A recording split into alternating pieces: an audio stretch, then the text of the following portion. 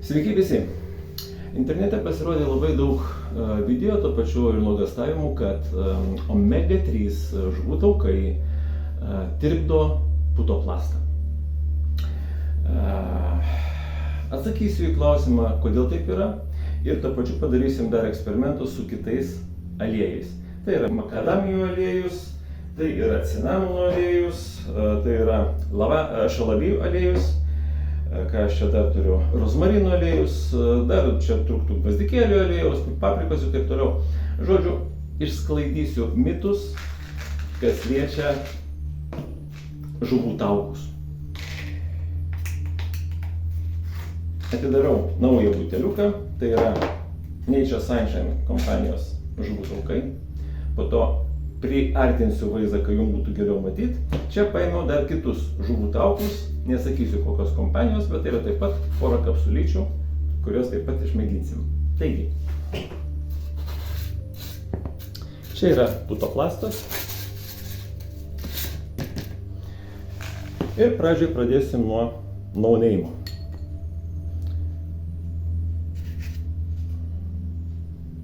Praduriu kapsulytę ir užlašinu šiek tiek omega-3. Bent jau taip parašyta ant buteliuko. Beje, ant buteliuko ten, kiek atsimenu, parašyta žuvų taukai. Taip pat paimam omega-3 iš Nature Sunshine.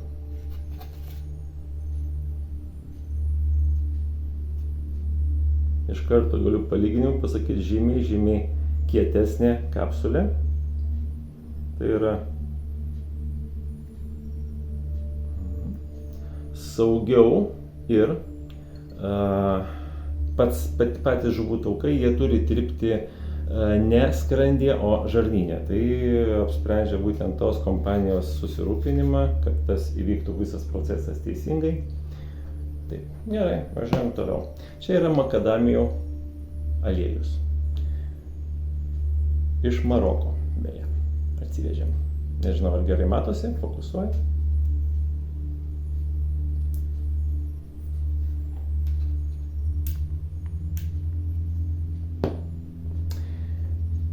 Ir kaip sakiau, cinamonas.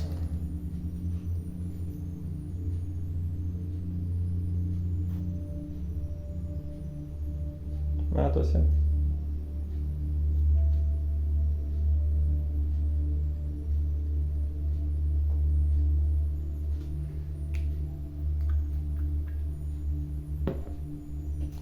Tai pasuksiu šiek tiek. Čia šalavijas.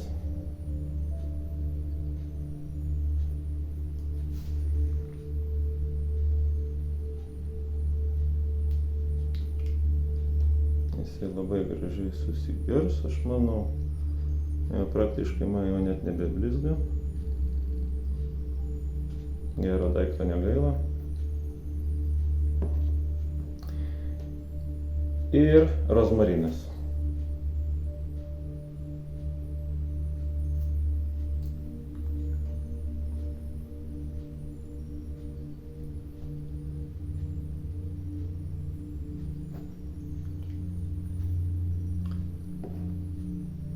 Ir taip dabar paimsiu kamerą ir priartinsiu, kad geriau matytųsi.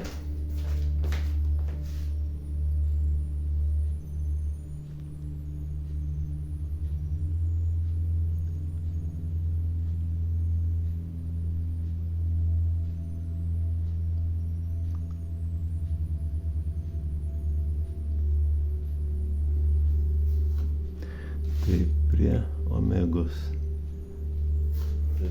yra jau, matosi, pradėjo tirpti. Šita vieta konkreti. Toliau prie makadamijų aliejaus. Čia balutė yra kol kas dar nelabai aiškiai. Prie cinamono labai aiškiai skylė matosi. Būtent šita vieta. Toliau važiuojam.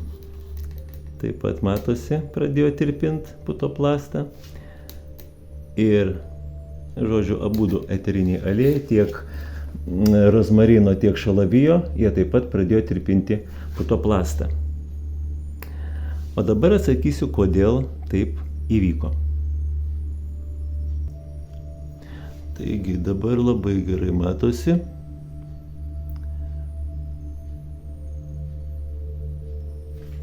Kaip aktyvios medžiagos pratirpino tiksliau putoplastą.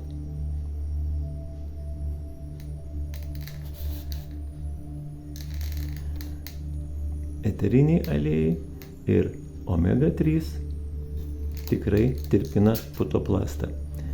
Ir štai jums atsakymas, kodėl taip vyksta.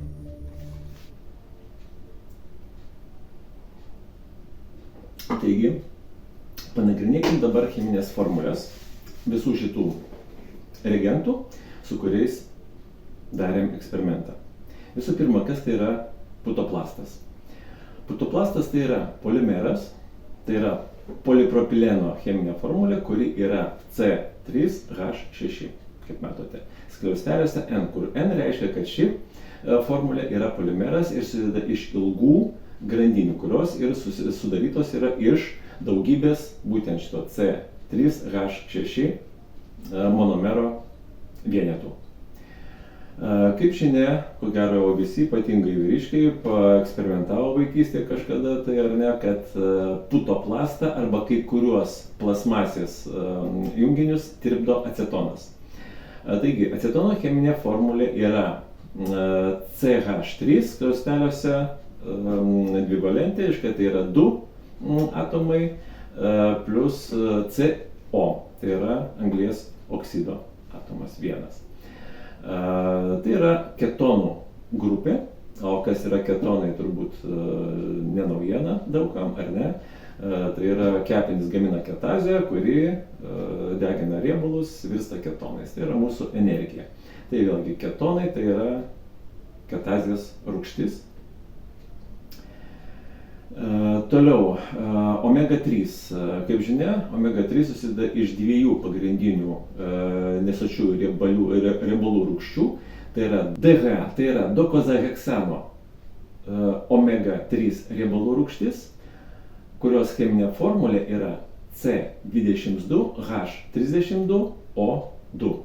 Ir eikozapentano, EPA, omega-3 riebalų rūgštis, kurios cheminė formulė yra C20H30O2. Toliau mes bandymus darėm su eteriniais aliejais. Kaip sakiau, eteriniai aliejai turi monoterpenų, kurių cheminė formulė yra C5H8. Dažniausiai monoterpenų cheminė formulė rašoma C10H16, kadangi ją sudaro būtent du šitie junginiai C5H8. Taigi, mes turime putoplastą, cheminė formulė C3H6.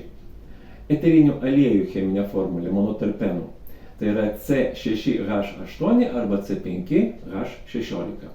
Toliau omega-3 DHA, tai yra C22H32O2 ir EPA C20H30O2. Kaip matome, šitos cheminės formulės yra labai panašios. Tai reiškia, kad užlašinus šių cheminių elementų ant putoplasto galimi tarpusavio atomų mainai, kada aktyviosios lakiosios medžiagos monoterpenų arba DHA arba EPA lakiosios medžiagos, būtent tie cheminiai elementai jungiasi tarpusavyje, pasiimdami iš silpnesnio, tai yra polimero, tai yra putoplasto, anglies ir vandenilio atomus. Todėl kai kurios cheminės medžiagos, mums priimtinos cheminės medžiagos, maiste naudojamos cheminės medžiagos, gali suardyti putoplastą, gali suardyti plastmasę, būtent polimerinę plastmasę. Polietileno neardo. Kaip žinia, acetonas yra išpilstomas į polietileno buteliukus. Ir jisai tos plasmasės nesutirpina, bet užtenka jį užlašinti ant putoplasto, tai yra kito polimero, ir acetonas puikiausiai jį pradeda tirpinti. Taigi, tiek žinių. Jeigu norite iš tikrųjų padaryti atradimus, revoliucinius atradimus apie žmogaus organizmui kenksmingas medžiagas, kenksmingas maisto medžiagas, tai tuos bandymus reikia atlikti ne su plasmase, ne su putoplastu ir net ne su geležim arba stiklu, o su mėsa. Bent jau jautienos mėsa. Galima vištienos, galima kiaulienos. Sako, kad kiaulienos mėsa labai artina žmogienos mėsai. Nežinau, neragavau žmogienos, negaliu pasakyti. Bet jeigu kažkokia cheminė medžiaga ir tirpins mėsą, tai tada reikėtų susimastyti apie jos kenksmingumą arba pavojingumą žmogui. Kaip po pavyzdžiui, visi puikiai žino, kad kivis tirpina baltymus. Ananasas tirpina baltymus, todėl kad tenais yra aktyvių cheminių medžiagų, kurios ardo baltymą. Ir visi, kas valgė kivius arba kas valgė ananasą, puikiai žino, kad po to truputėlį suskeldėja lūpų kampučiai, nugriaužia liežuvį, išgriaužia visą burnos ertmę. Bet dėl to niekas netrimituoja pavojaus varpais. Visi puikiai žino, kad galima marinuoti mėsą naudojant ananasą, žinoma, žalią ananasą, ne konservuotą. Galima naudoti mėsos marinavimui ir kivį. Galima puikiausiai marinuoti mėsą ir su Coca-Cola. Apie ją atskirai galima daug šnekėti. Kažkas su Coca-Cola labai sėkmingai valo kriauklės ir dušo kabinas, nes ten yra fosforo rūgštis, kuri puikiausiai nutirpina kalkes. Bet dėl to taip pat niekas netriubina pavojaus trimitais. Taigi, manau, kad aš atsakiau į klausimą, kodėl omega-3 tirpina putoplastą ir ar tai pavojinga žmogaus sveikatai. Manau, kad daugelis padarė išvadas, kad vis dėlto mūsų skrandis yra ne iš putoplasto ir kad jeigu mes suvalgysim žuvies, riebios žuvies arba išgersim žuvies taukų arba tiksliau omega-3 kapsulę, mes savo skrandukui tikrai nepakenksim. Kitas pavyzdys, jeigu geležį mes įmerkiam į vandenį ir geležis pradeda rūdyti, mes galim išsigąsti, kad jeigu vanduo priverčia geležį rūdyti ir subirėti, tai ką jis gali padaryti su mūsų skranduku? Deja, mūsų skrandukas ne geležinis. Taip, kad vandenukas mums tikrai nepakenks. Gerkit vandenį, gyvenkim sveikai ir nekreipkim dėmesio į feikinės informacijas apie neva kenksmingus sveikus papildus. Sėkmės jums, iki greitų.